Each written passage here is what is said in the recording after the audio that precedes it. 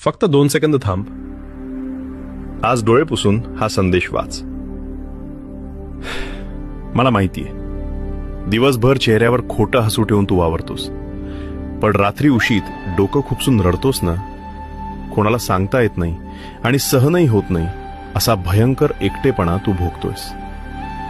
तुला वाटतं तुझी हाक कोणालाच ऐकू जात नाहीये, पण आज साक्षात स्वामी तुला जवळ घेऊन सांगत आहेत, बाळा, रडू नकोस.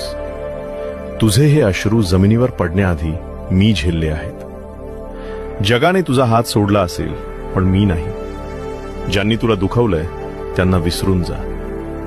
आता तुझी जबाबदारी माझी आहे. तू फक्त माझ्या कुशीत शांत झोप. उद्याची सकाळ तुझं दुःख कायमचं पुसून टाकेल. जर तुला या क्षणी स्वामींचा मायेचा हात जाणवला असेल तर आपल्या